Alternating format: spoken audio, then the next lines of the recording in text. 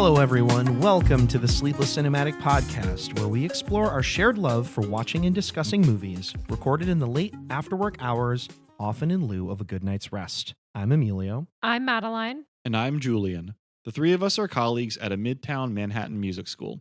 Yes, music is what brings us together, but movies are what keep us together, talking at the end of the night.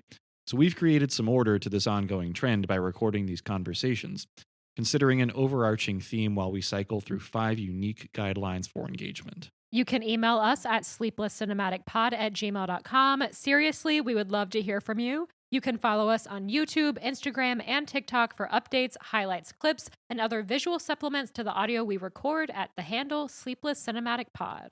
And in addition to our main episodes, we record and release bonus one-off episodes as we see fit.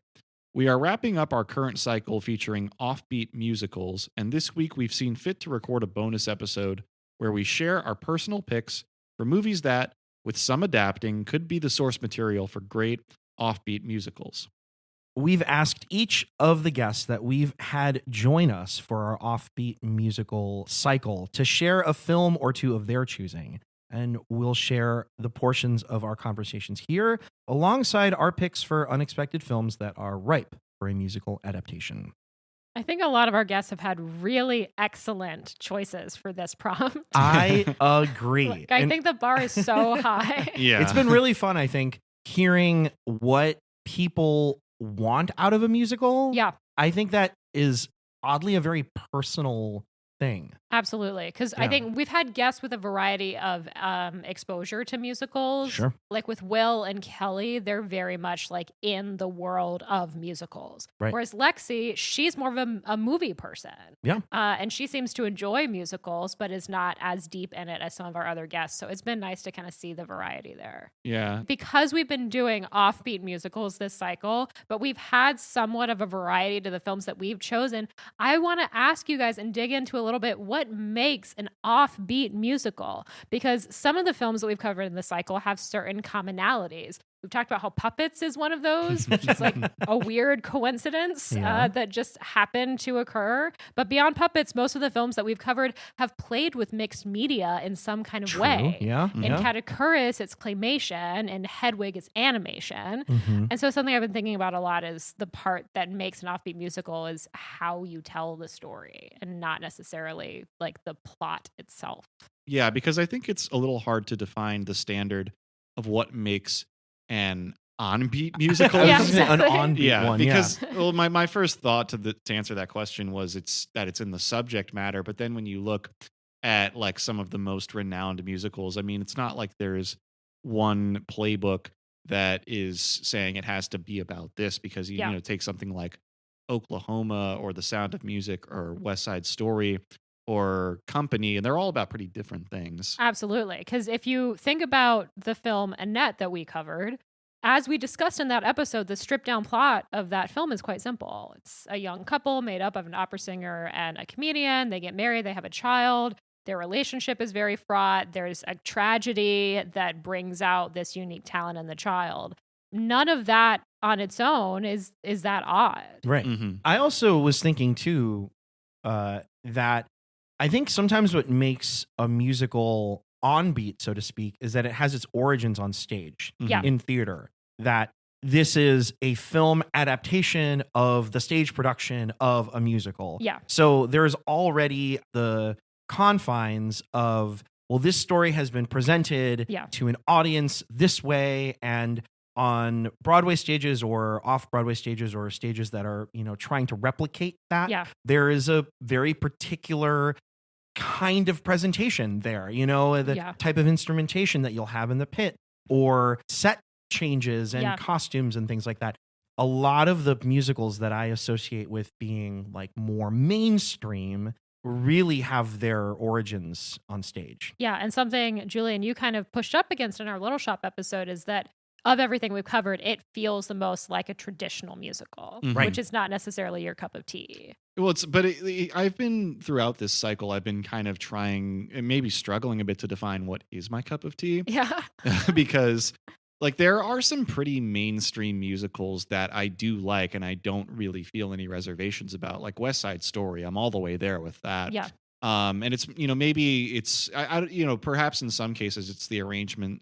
Perhaps in some cases it's the style of writing. Yeah. Like maybe like I generally like I don't feel like I push up against like Rodgers and Hammerstein or Sondheim. And what little I do know about Bob Fosse, I've really enjoyed too. Yeah. So it's I don't know that like on the whole that traditional musical theater, it's not my taste, but it's within that world. I think there maybe are certain things that feel a little less my cup of tea. No disrespect to Alan Menken and Howard Ashman, but maybe like that their style of arrangement mixed with songwriting is a little less along. Maybe it's like the Disneyfication of musicals. Like, you and I were both born in the 90s. And so we're growing up at a time, and Emilio, you're not far in front of us, where there's, Beauty and the Beast and Aladdin and Little Mermaid. You have this whole like Disney Renaissance. And if you weren't a kid that was really into these movies, then maybe you're developing a little bit of an allergy to them. Yeah. Well, yeah. I do think there's something to that. And, I think a little bit about parental conditioning here, because I think, when you look at some of these classics, like my parents they would not call themselves fans of musicals, but they have enough respect for things like West Side Story or The Sound of Music that that those were things that they wanted to make sure I saw at the appropriate ages. But I do also think that Disney Renaissance is happening leading up to and during my childhood, and my parents definitely weren't trying to force any of that upon me. Yeah, like my parents, I'd say like musicals, but they're not Disney people. Yeah. Like I was, a girl in the 90s, so I still enjoyed Disney, but I think not as much as a lot of other kids my age, because my parents were like not Disney people. Actively not Disney people? Actively. I asked once if we could go to Disney World, and my mom said Disney doesn't need our money. And she's right. Yeah. They probably don't. That is a very respectable answer. It's interesting, though, you bring up the generational aspect of this, because there are a lot of older millennial parents out there. Their West Side Story is Little Mermaid, is Beauty and the Beast. And I think that was one of the points Will kind of brought up too, is that with these generations come examples of the preeminent thing, the thing that is setting the trend. Yeah. It's an interesting thing to consider when you think about like what's offbeat and what's mainstream, I think. Yeah. It's like Disney is able to make this style very mainstream. Yeah. And then you had already brought up a few like classic musicals that have a variety of different ways of telling their story. And I also was thinking about one of the most successful musicals of all time, which is Cats, which is like a weird as hell musical, actually. So weird. And it's so weird that it has become as successful as it has. Yeah, that's actually a great example of a musical that should not have be as successful as it is. The tail, so to speak, that it has. And I don't know what it is. I've been trying to figure it out as I've dug into a few others. Maybe part of it is just like you need to have really good songs. It does have some good songs, but I love where you're going with this, because I do think that that's like a proto offbeat musical. Like there's elements of that are super weird. And some of it, to go back to the very first things that you mentioned, when you were talking about mixed media, it's in the presentation. It's in the conceit of like everybody is dressed up as cats. Everyone and there's is this, a cat. There's like a weird alternate universe that we're being asked to just accept and embrace. And now you have Cats the Jellicle Ball, which is then taking this classic musical that's already presented in a very unique way and presenting it in an additionally unique way. Our friend MK from Down the Yellow Brick Pod saw Cats the Jellicle Ball recently, and she was like, it's a blast, and they're still cats. Because I was like, are they still cats? Because they don't look like cats to me in the advertisements. And she was like, it's still cats, and they're still meant to be cats, but they're fierce cats. I think that the bomb that was the recent film adaptation of Cats has influenced how much these cats from the Jellicle Ball truly look like cats. I really think They're like, well, we can't make them too much like cats. We can't. You go back to the fur technology. Yeah, exactly. That was a mistake. Yes, yeah. Yeah. That's cool though. I remember hearing about that. Yeah. But a little bit has been said already about the presence of the music in these films too, and I feel like yes, mixed media is an important element of offbeat musicals, and I feel like the quality of the music is too. Yeah. And this I think was most in focus to me with Hedwig and the Angry Inch. Absolutely. Hedwig has my favorite songs of anything we've covered so far. Wow.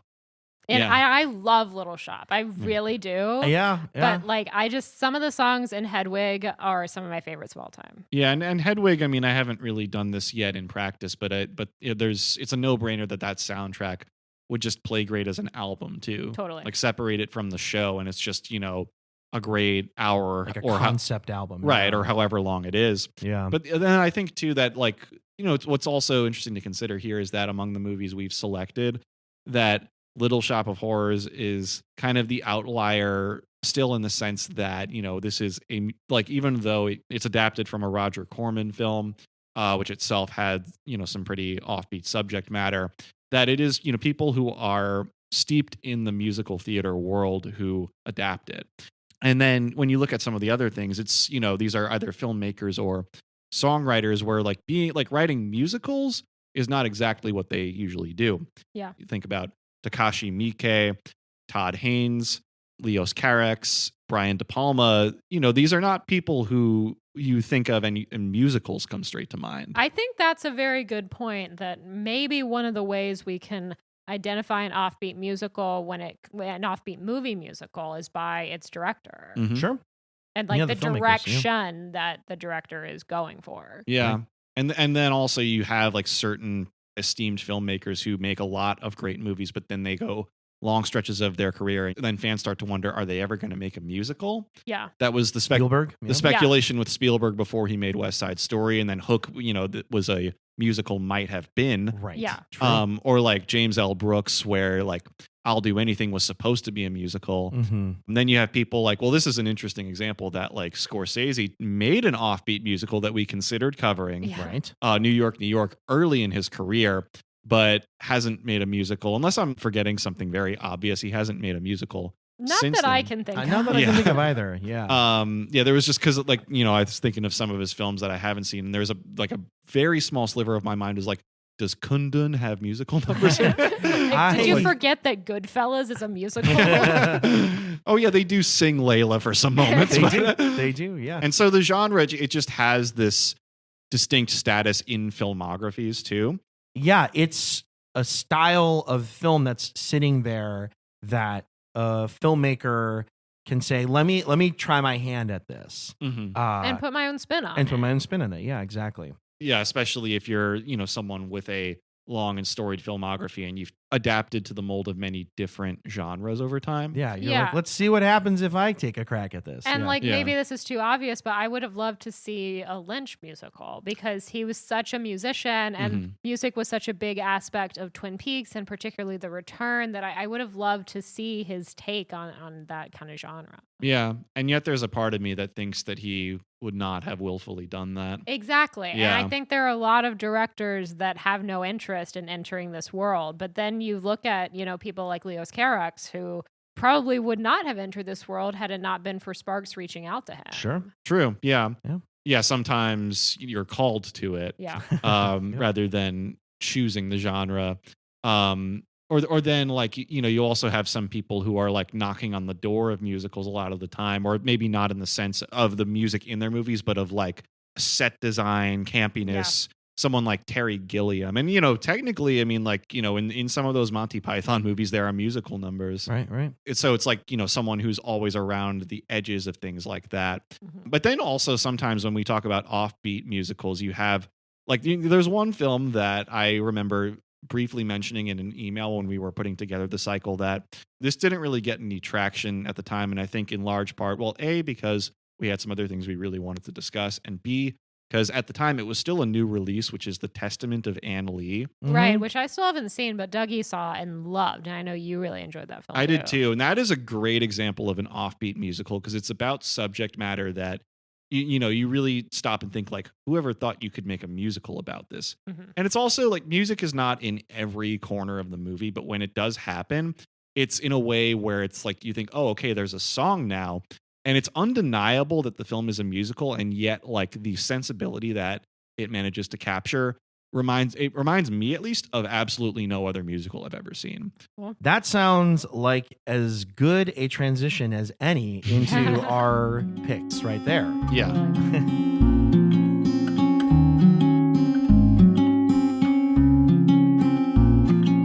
Okay, Will, I have a question for you. Is there a movie or a TV show or some kind of property that you think would make for a really compelling musical? And it could be unconventional, that's wonderful, but it can be conventional too.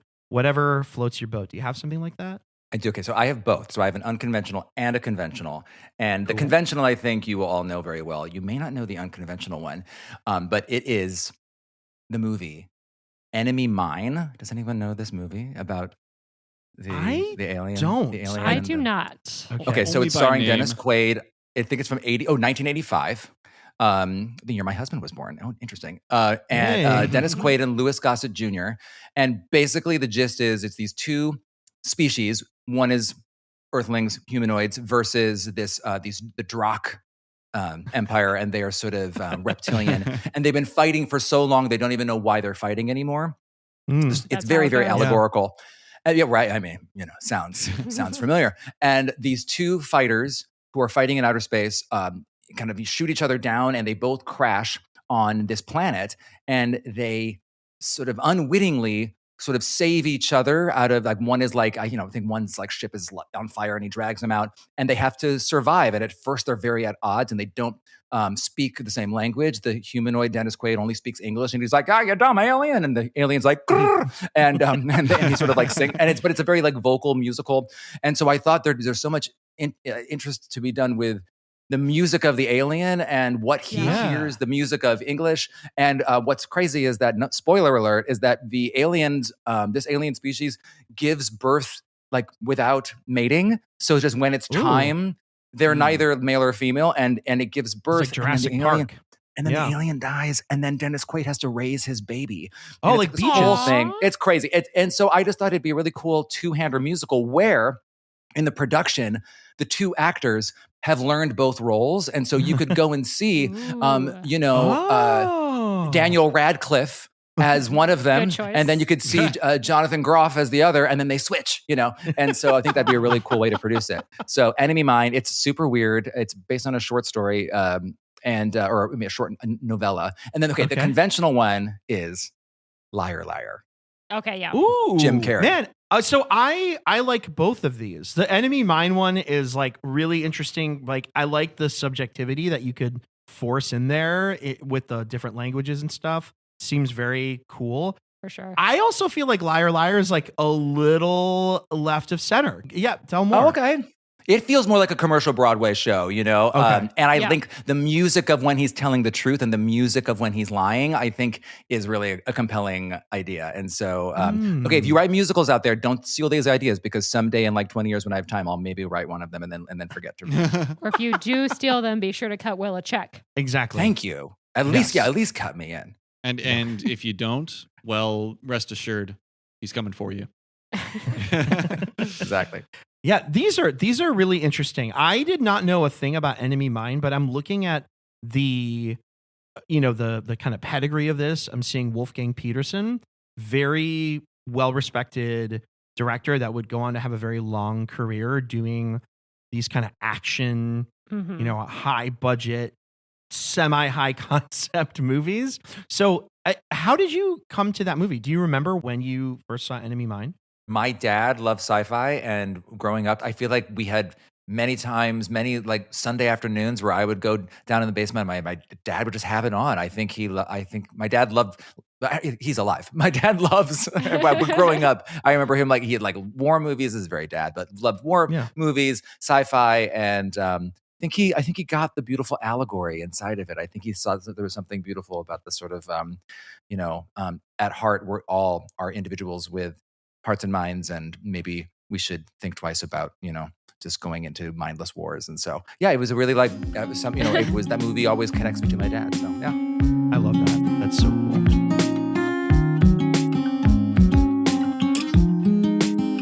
You were just talking about Testament of Anne Lee, and I think in some ways that is going to connect to my pick, because another thing that some of the movies we've covered have in common is that we've covered several horror musicals. Yeah. Like we did Little Shop and we did Katakuris, and I'd say Phantom of the Paradise fits into that as well. So I was thinking about, like, if you take out the musical part of some of the most popular musicals, what are their genres otherwise? Okay. And I feel like we're kind of lacking in rom-com musicals. And I think one that exists is Mamma Mia, which is why I thought about that, because of Amanda Seyfried. Obviously, I don't think she ever does Mamma Mia on Broadway, but she's in the film adaptation. And then these days I've not seen this yet, but right now this musical called Two Strangers Carry a Cake Across New York. You guys have seen the ads for this. Yeah. I've heard that it's quite good. And I haven't seen it yet. But it's so interesting to think about a show like that, that's this two-hander musical that focuses on just two people. You need two extremely strong leads with good chemistry. And then you need like banger songs to keep the audience engaged when you're in a format like this where you really only have two people. So let's think. Two people, strangers at the beginning of the story, come together and move about in an iconic city in basically real time. Does this remind you of any other rom-com? Before Sunrise. Thank you. So on this theme, I think it's time for a Before Sunrise musical, or if you want to get really ambitious, a Before Trilogy musical in 3 acts. Yes. I'm there for that. That's awesome. Wow. Yeah. I'm going to stick let's go with Sunrise. I'm going to stick with Before Sunrise. All right, let's do it. It seemed a little too ambitious for me to pitch the whole Before Trilogy as one night of musical, because it feels like it'd be quite long, but I still would like to put that out there. But just think of the possibilities for the song that Jesse sings to Celine to convince her to disembark the train with him. And then the Act 1 closer song will be Delusion Angel, which is the name of the poem that they get written for them. Oh, I love it. Great. By the poet on the street. They give him the milkshake prompt. And he writes Delusional Angel, and that can be the Act 1 closer. And another great number will come when the two of them have like the fake phone calls in the cafe. They're like pretending to call their friends. Yeah. And they're like playing each other's friends. This is great. That reminds me of like Bye Bye Birdie has the telephone hour number. Yeah, so I I'm love like, that one. You can bring in the other Going people steady. from the cafe. Ready for good. Exactly. Yeah. Yep. You can bring in the other people from the cafe and do like a telephone hour type one. And then of course at the very end, we'll end with a big number where they're about to part, but they vow to meet each other again. Yeah. And then blackout. Perfect. That's it. That's there. Thank you. I love that. That's fantastic. If anyone would like to write a Before Sunrise musical, please hit me up. Or the Before Trilogy. Or the Before Trilogy. If you want to go all the way. If you want to go all the way, you can fit all of that into one act. The full arc of Jesse and Celine. Exactly. Yes. Yeah. And then, like Richard Linklater is now slowly but surely making his adaptation of Merrily We Roll Along. There we go. Slowly being the key word. Yeah, slowly, merrily we roll along. Yeah. But it's... time has always been a little nebulous for Richard Linklater. There are like some corners of his filmography that aren't as often discussed. Definitely. And there's a part of my mind that's thinking like, is there already a musical in there? Like I would need to like scan through to be sure. I don't think so, but I see your point where I'm like, I haven't seen everything he's done. Right. So maybe I'm just there thinking, is one in there. I'm thinking Slacker could be really interesting. Yeah. Because it's very disparate. That actually honestly has a lot of two people cake through New York vibe. Just because that movie meanders. I mean, I've not seen the musical. The cake thing. The cake thing, yeah, sorry.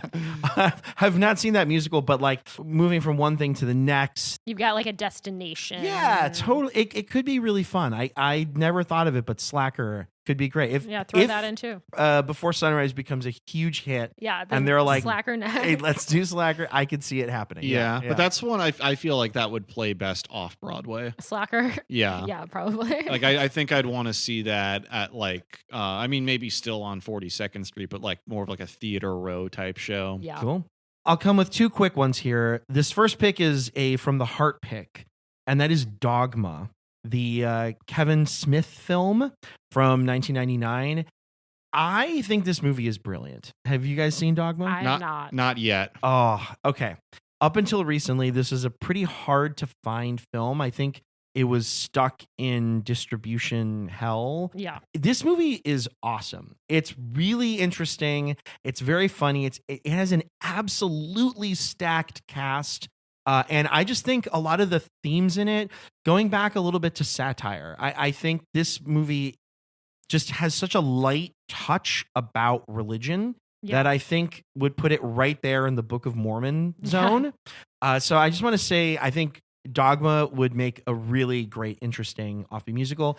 And the next one here is a super weird one, but I cannot get it out of my head. I want a Weekend at Bernie's musical. I think that's a great idea. Because I love the idea that there is a corpse that is getting dragged around the movie.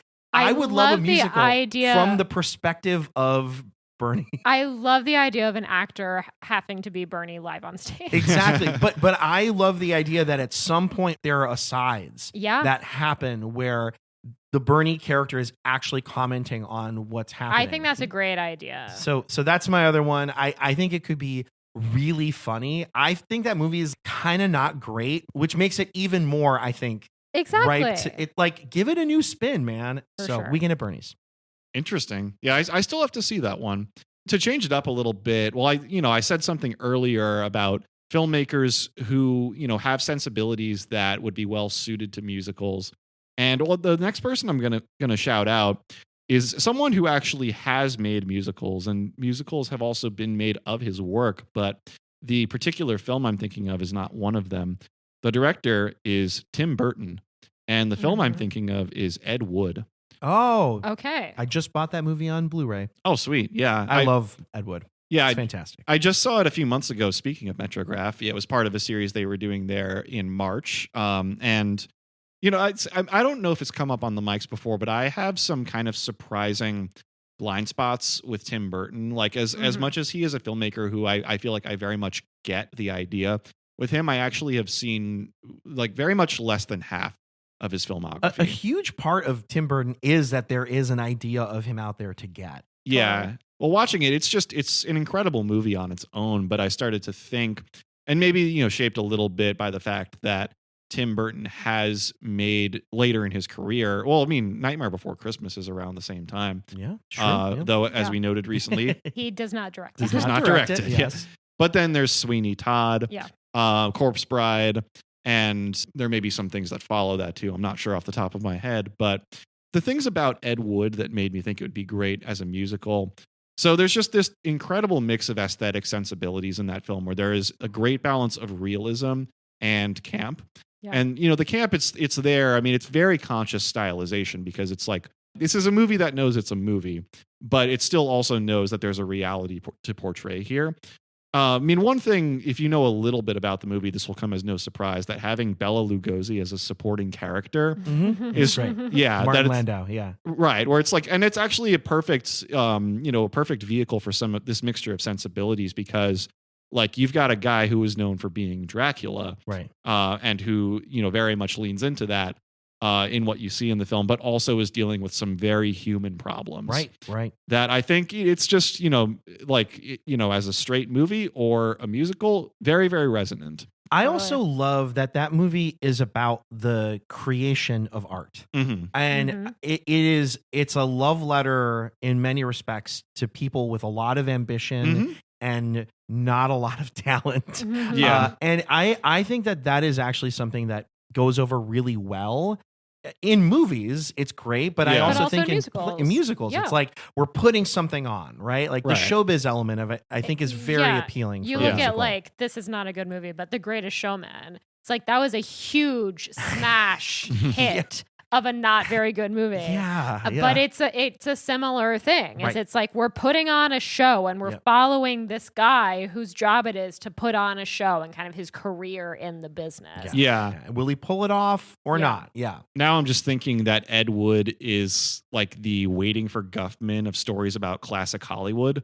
I can see that. Also, I was thinking too that the Johnny Depp performance as Ed Wood, that Johnny Depp is definitely someone with a thing too, but it seems like he's kind of going against his usual style there. He's like speaking in a tone that's not his typical thing. Right. No, it's very of the affectation of that era. Yeah. Yes. Yeah. His vocal tone, but also the twitchiness of that character. Right. Mm-hmm. The technical control of that kind of performance, I think it's not that far off from what you'd have to do for a musical. Right. I saw some hints of musicality, maybe not directly, but somewhat there. No, I'm there for it. I love some lilts, yes.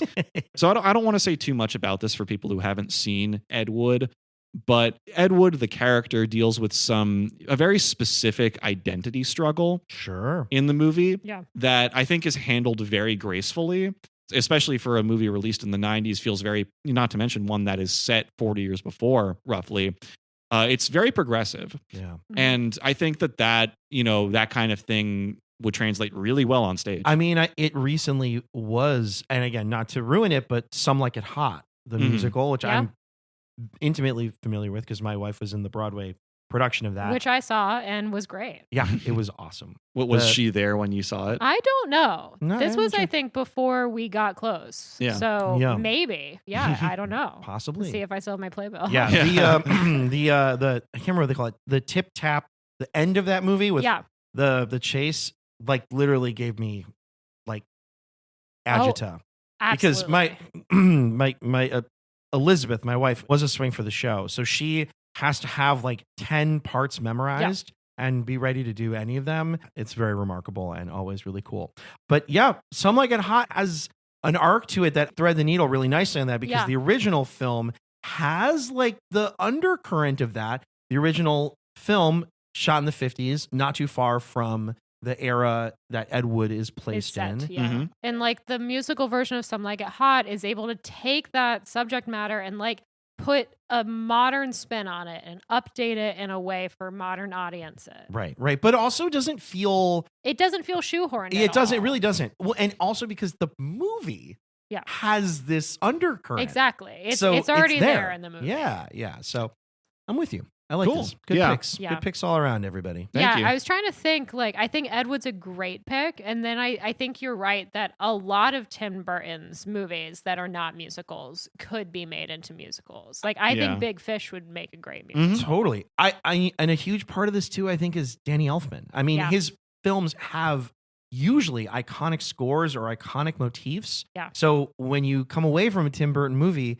you're often thinking of music already. Yeah. So totally. Yeah, and it's like, how offbeat would you call it? Where it's, maybe like when you look at Tim Burton, there's a little bit of that, the phenomenon that we saw with Little Shop of Horrors, where it's like the subject matter is offbeat, but it's rendered in a way that is a little bit more conventional. Like, well, now Beetlejuice has been made. Yeah, into a musical. Yeah, into a big musical hit. Well, then also when you look at what Tim Burton makes as movies, that's Sweeney Todd. I mean, that's already a revered musical before he adapts it to film. But which is another one that's like that. It's weird. Pretty it's offbeat. Like a weird plot, and it's an offbeat musical. Yet it is a huge success. Well, and it's grounded in characters with a lot of pathos. Yeah, and in a different way, Ed Wood has a lot of pathos too. Sure. But it's also that like he's, especially in this present time, like Ed Wood's maybe not a name that is synonymous with classic Hollywood. And it's, maybe he's not supposed to be synonymous with that. But, his whole existence in that world is kind of offbeat too. So, I feel like that story is just ringing with offbeat from start to finish. There we go. I love it. Cool.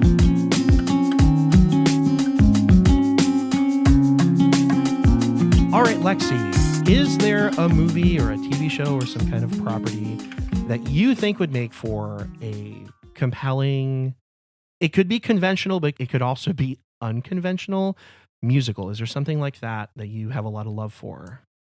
I feel like I ruined the surprise of this by wearing this shirt. Josie and the Pussycats is my answer because the music is already great. I think it's a fantastic movie. I think it would make a perfect musical.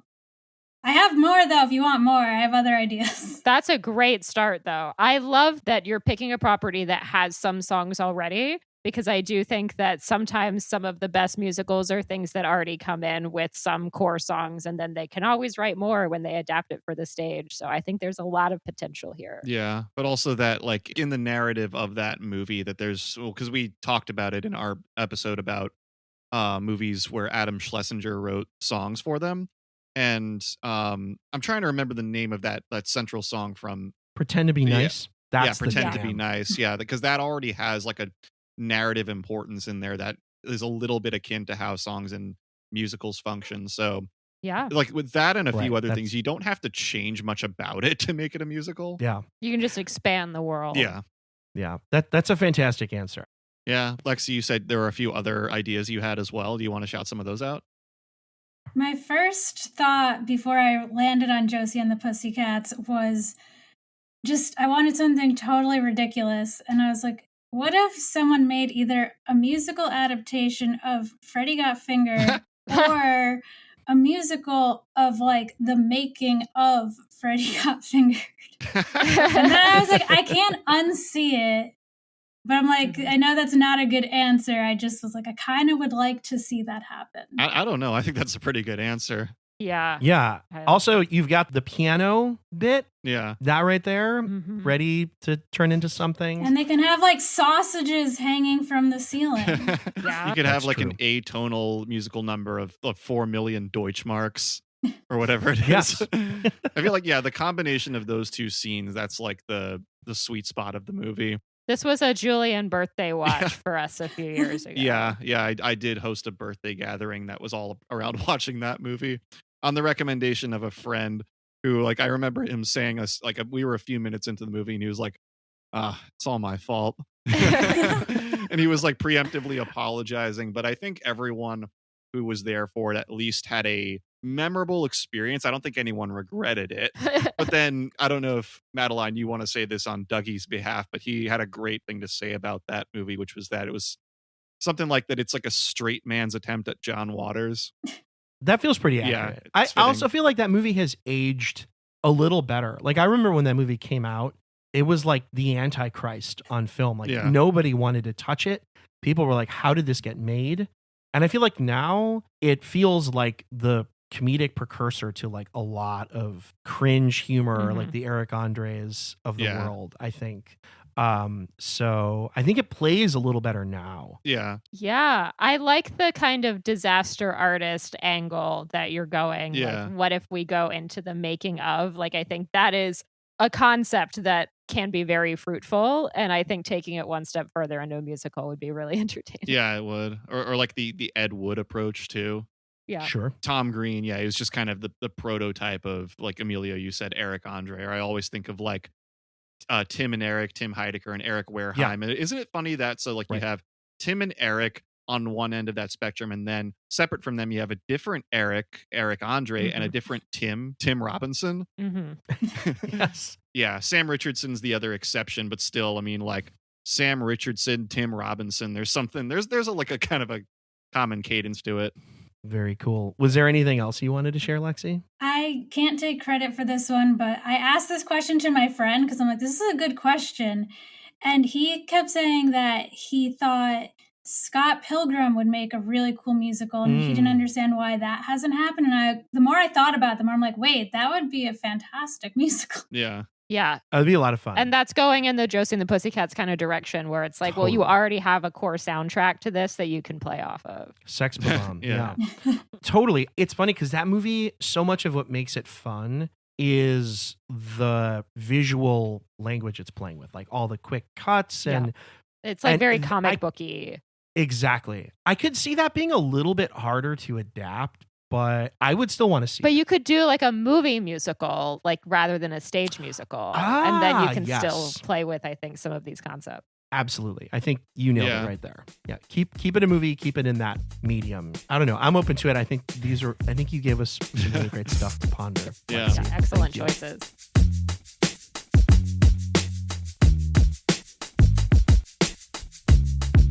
Yeah, well, you situated this nicely, Madeline, by focusing on a filmmaker. And some of my selections here are kind of filmmaker focused too.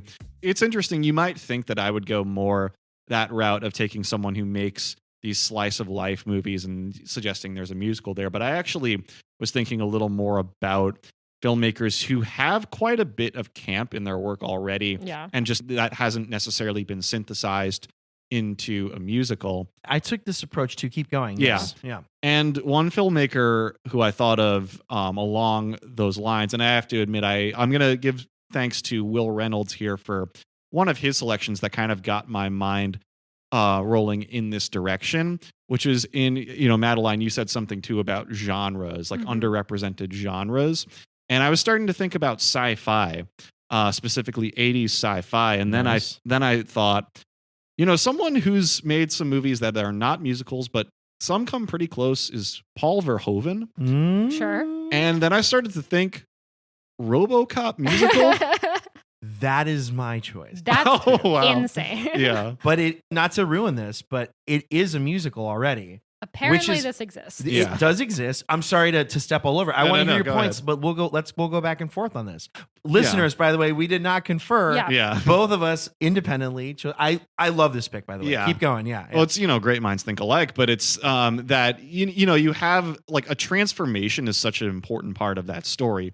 And that, when beginning of Act 2, when RoboCop emerges, it would be such a great audience pleasing moment. Yeah. Yeah. Love it. Yes. But also that, on the topic of it being offbeat, that, like there's quite a bit of satire in that movie. Tons. Yes. And so it's, a lot of like, you're kind of you're occupying the mold to criticize it.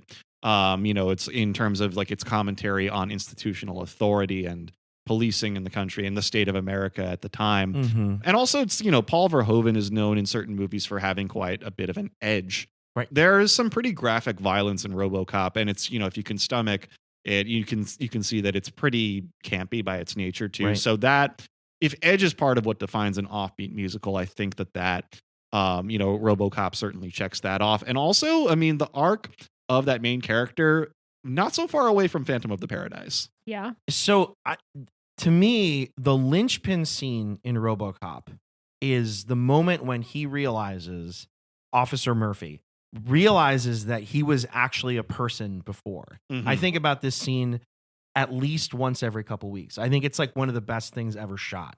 That moment and the realization that you were once something that is now like being co-opted, to me is like extraordinarily prescient. And I think is something that we're going to be dealing with more and more. Yeah. But I think is also just like such an incredible character beat. There's so much emotion wrapped up in this idea of a guy who once had a family, and for the purposes of a corporation to try to sell a perfect, cop to the city, has his memory ostensibly wiped in order to pull this off. I just think is like an incredible character to build a musical around. Yeah. Totally. Yeah. Like bring it on. RoboCop. Yeah. All the points you made about camp, I think are great. Satire as well. I think this movie is like really ripe with ideas, and I think could go in so many different directions in terms of like what kinds of songs you want to choose. Lots of synthesizers. A lot of Definitely. you can totally go full 80s on this and do that. But I feel like you could also go like kind of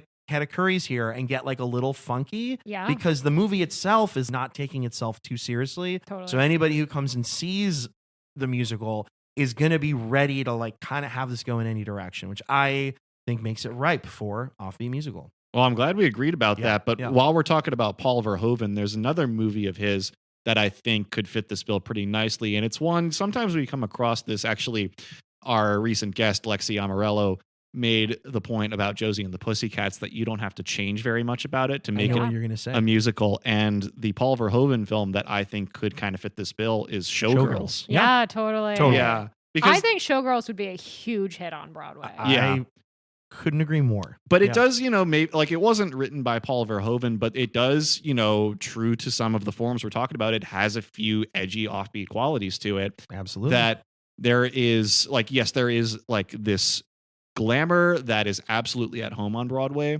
in the movie. There's, just the sense of production values, but there are some pretty edgy scenes of, there's like, it's a staple of certain Paul Verhoeven films that there be violence that kind of accomplishes that, but there's also sexual content in Showgirls that definitely gets there. And the two main characters, the female leads, their back and forth, I think, is a huge, interesting thing to play with in a musical conceit. Yeah, and also, like, you know, I'm not going to get into detail about this, but when you think about how that story resolves, it's not like the most cut and dry ending. Sure. It struck me as kind of like, I watched this very recently, so it's very fresh in my mind. But, you know, admittedly, you know, like a little bit of prep for this episode was thinking, like, I feel like this is going to fit the bill. But the ending, it struck me as kind of like a 90s update of like a new Hollywood cinema type of ending. Right. It would be very compelling to an audience. And I kind of think in terms of like, you know, production value and like the way the story's organized, all you really have to do to make it a musical is add songs. Right. A lot of it's already there. Sure. But also when you look at the movie itself, that there are like certain qualities that you sometimes associate with a musical that are already there. That, you know, beyond what I've mentioned, like the main thing on my mind is that movie has excellent cinematography. Totally. And I mean, could make it a little tricky if you're, you know, I see your point though, like about, you know, the movie has a look. The movie has a feel. It has a look. It has a tone. And so, you know, maybe, well, it's, you know, for better or worse, an important part of its legacy is that it was panned upon release. And that maybe is part of the reason why it hasn't received a musical adaptation. But there are some ways when you watch it and you think this would be a no-brainer. Yeah, I think so too. Yeah. I think that's a great choice. Mm-hmm. Thank you. I have a couple from other people. Great. Julian and I asked, I think you were in the room for this when we asked Rose. You were there for this? No. Maybe. Let's I was see. in the room for this. You were in the room. Okay, Yeah. so Emilio and I asked our coworker Rose what her pick would be, and she said The Matrix.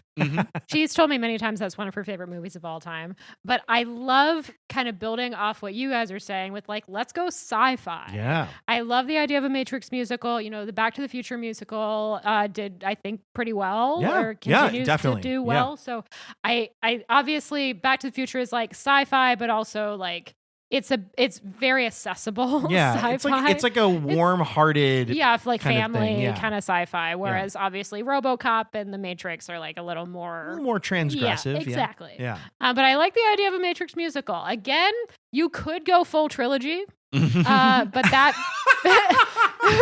feels even more ambitious. Yeah. Yeah, but and also like the payoff I don't think is as strong as with the before trilogy. That's very true. Yes. The source material drops off, I think, in a way that the before trilogy doesn't.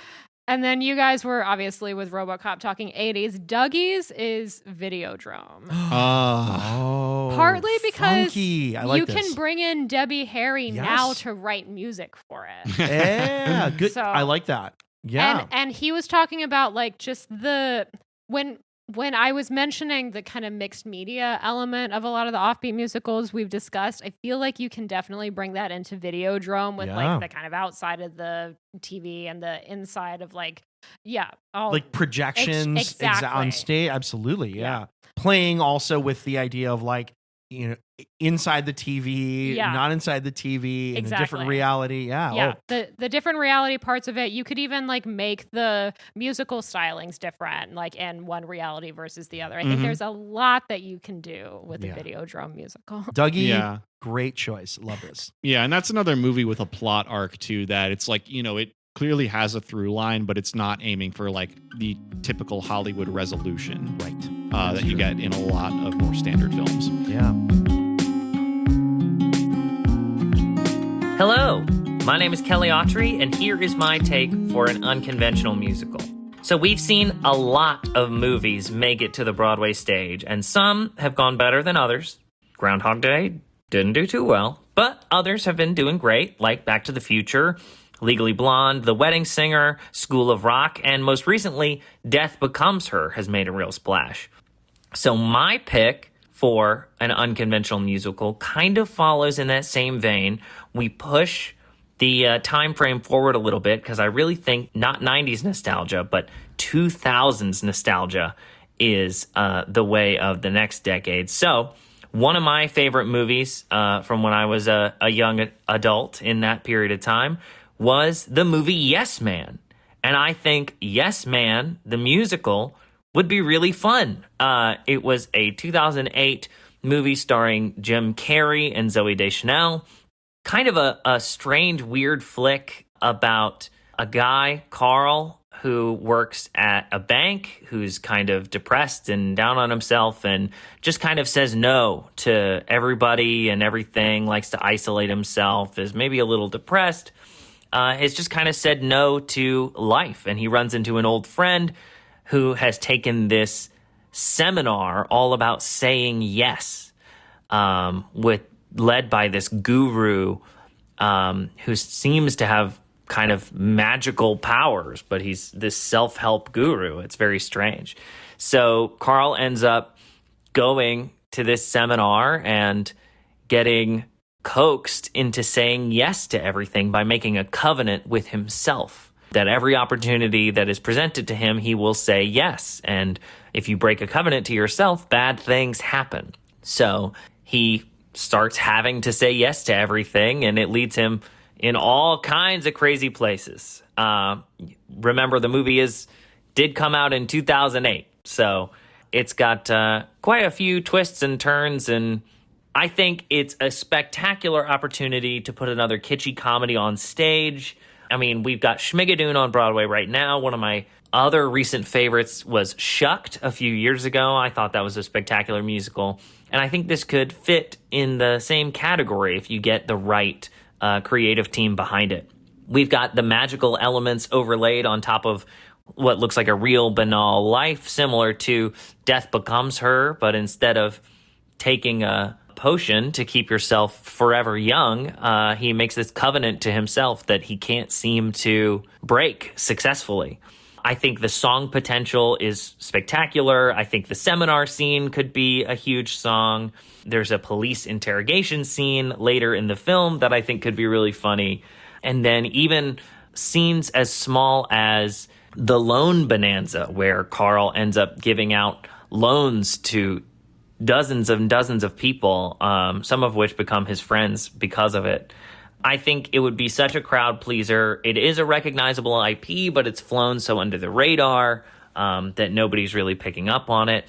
And ultimately, the message of the movie, and hopefully the show, is about embracing your authentic life. Not about dreaming for the future and wanting more and more and more, but just like being so excited and contented and happy with the community that you have now, and using your position and your resources and your ability to make the world a better place and to be appreciative of the community around you. So if that's not a feel-good message, I don't know what is. I think a couple actors to play Carl that I would super love to investigate would be Bryce Pinkham from Gentleman's Guide to Love and Murder, currently starring as the Arbiter in Chess right now. I think he would be a super funny pick.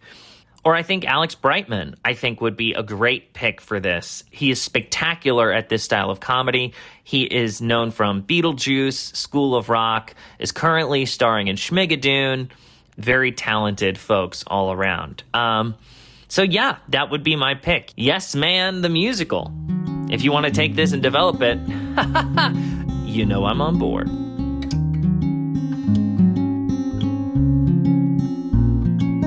Before we wrap up, I just want to say that my mom had a very quick addition. You know, we talked about Little Shop a lot, but my parents recently watched A Bucket of Blood, which is also a Roger Corman movie. It's from 1959. And she was like, A Bucket of Blood should be a musical. So I think it's just, you look at the original Little Shop of Horrors, and Roger Corman is doing a similar thing with a lot of his other movies around that time. And I think A Bucket of Blood has a similar arc in a lot of ways, plot-wise, to Little Shop of Horrors, Okay, which I think plays well into the musical adaptation, because it's like this central character who you feel for, who's doing things that are bad, but also like he still feels like kind of a sensitive person that you want to. You're still rooting for You're them. still rooting for him. You still kind of Yeah. want him to be able to get out of it somehow, even though he's like doing things that are objectionable. Right. And I think that plays really well into a main character of a musical. Yeah. And I think that's something that we see in Seymour, and I think it's something that we would see in the Bucket of Blood musical. Well, Very nice. You may need to choose a different title. I got you. well, you're hinting at horror here, and there's just one more movie I thought of along the horror lines that I think it's interesting to consider in this question of should it be a musical. And this is a movie I would be surprised if I'm the first person to think of this. A friend of mine actually said she thinks this already is a musical. Hi, Kayla, if you're listening. And this is also recent movie, huge hit, Sinners. Oh. Yeah. As a musical. Yeah. I mean, I think Sinners is one of those movies that we would have to discuss whether or not it's a musical. Yeah. I think it can probably be debated in either direction. But I think what you can You mean say, you mean the film as it exists Yeah. currently.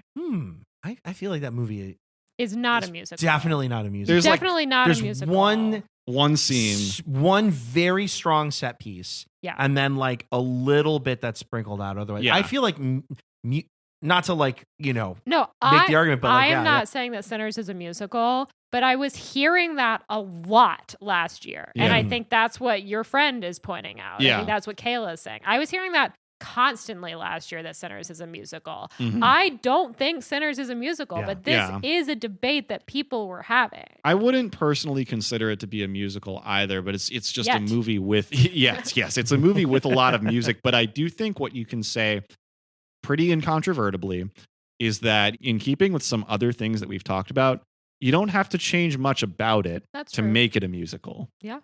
Okay. Totally. We've talked a little bit about films where the element of identity representation is an important element. And I think the pathos you get with Sammy in Sinners, he's a great main character in general, but also would be that in a musical setting. And, that with the very intentional mix of genres in the movie. Maybe my main thought here is I'm curious how that would play on a stage. And, to be clear, I think it exists as it is meant to in film form. So it's, I think any consideration of this sort, and really for most of the things that I've brought up this episode, if not all of them, is how would it play on stage? Sure. To bring this back to how we started this conversation, do you think Ryan Coogler is going to have a musical up his sleeve at some point? I think he could. I wonder. Yeah. I mean, flirting with it here a little bit, the edges of that, but he strikes me as somebody who loves film as this kind of expansive thing and is eager to take a stab at it at some point. I don't know. Yeah, I mean, it's, I'm there for it if he wants to do it. 2 Black Panther movies and then Sinners. I mean, he's definitely noticeably worked with some very high quality production values in his recent films. And it's superhero movies. That's another genre where it's they're not by their nature musicals, but there are certain things about how they exist aesthetically that are not very far removed. Yeah, I mean, Spider-Man Turn Off the Dark. Yeah. They have attempted. Yeah. I forgot about that one. Well, this has been really fun. Yeah. I really enjoyed seeing the similarities between our picks, with you guys both choosing one of the same movies. Yeah. And I love to see just everybody's different take on it also. Yeah. Totally. Yeah, we want to thank all of our guests actually that have joined us for this cycle to talk Offbeat Musicals. It was great having you guys on. Totally. We appreciate you sharing our offbeat sensibilities here. That is true. Well, in addition to this podcast, you can also follow us on YouTube, TikTok, and Instagram at Sleepless Cinematic Pod. You can also contact us via email. We would love to hear from you. Write to us at sleeplesscinematicpod@gmail.com. And by the way, subscribe to our newsletter on Substack, the Sleepless Cinematic newsletter. If you're on Letterboxd, you can follow me, Julian, at Julian_Barthold. And you can follow me, Madeline, at patronessofcats. If you are listening to us for the first time, thank you for finding us. If this is the 8th or 9th or 90th time you've listened to us, thank you for sticking with us. We have really grown to love doing this, and it means the world to have our budding listenership grow. And if you haven't already, we'd ask you, return listener, to please write us a positive review and rate us on your podcast platform of choice. This is one of the best ways for new listeners to find us and help our podcast take its next steps. You can also keep it grassroots. You can tell a friend to tell a friend about the Sleepless Cinematic Podcast. That helps too. You're gonna miss that plane.